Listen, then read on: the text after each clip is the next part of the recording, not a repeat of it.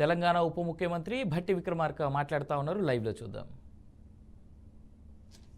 అటువంటి ఏం చేయొద్దు, చెరువులన్నీ ఎట్టమైన పర్లేదు, ఆక్రమణ కానీ మధ్యలో కట్టే కానీ ఫైన్.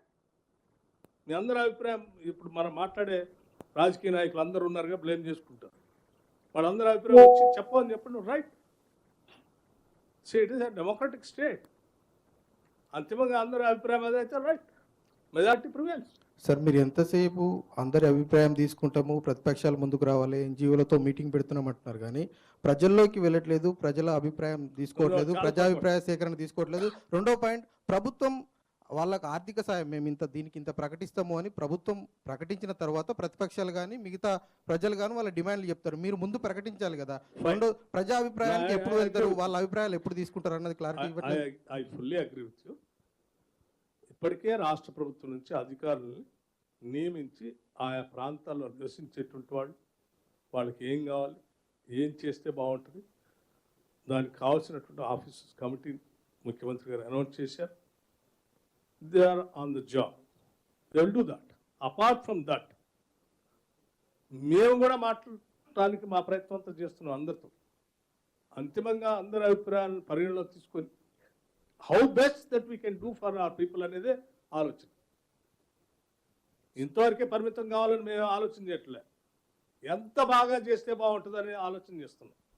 సార్, ఇప్పుడు అసదుద్దీన్ గారు బుద్ధ భవన్ జిహెచ్ఎంసి కూడా ఇక్కడ sir Buddha Bhavan GHMC buildings కూడా రివర్ బెడ్ లో ఉన్నాయి, ఐమాక్స్ కూడా రివర్ బెడ్ లో ఉంది, మరి వాటి సంగతి ఏంది అని చెప్పేసి క్వశ్చన్ చేస్తున్నారు sir. That is one question sir. Second question sir, నేను I been telling you repeatedly,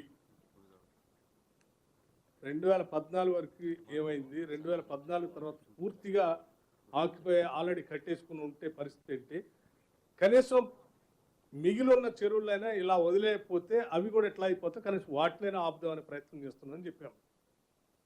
కనీసం వీటినైనా ప్రొటెక్ట్ చేద్దామని చెప్తున్నాం. వీటిని కూడా ప్రొటెక్ట్ చేయకపోతే ఏం మిగలదని చెప్తున్నాం మీకు. And sir, Chaitanyapuri residents, my point sir Chaitanyapuri residents ఏమంటున్నారంటే, మేము ట్యాక్సెస్ కట్టాము, రిజిస్ట్రేషన్ చేయించుకోము, లాస్ట్ 30-40 years నుంచి ఉంటున్నాము, మున్సిపల్ ట్యాక్స్, వాటర్ బిల్ అన్ని కడుతున్నాము, అది 300 yards 150 yards అక్కడ కాంపోనెంట్ అంటే ఆ వాల్యూ మార్కెట్ వాల్యూ చూసుకుంటే 2 BHK ఇచ్చేదానికి యంత్రం పోతున్నా లేదు అని చెప్పేసి వాళ్ళు అంటారు సార్. ఫైన్. ఆస్తుల్ని సక్రమంగా లెక్కగట్టి దాని విలువ ఏంటో చూసి దానికి అనుగుణంగానే ప్రభుత్వం వారికి కావాల్సిన విధంగా ఇచ్చినట్టుగా ఏర్పాటు చేస్తుంది. ఉదాహరణకి మనం చాలా ప్రాంతాల్లో పెద్ద పెద్ద మల్టీపర్పస్ డ్యామ్స్ కట్టిస్తాం.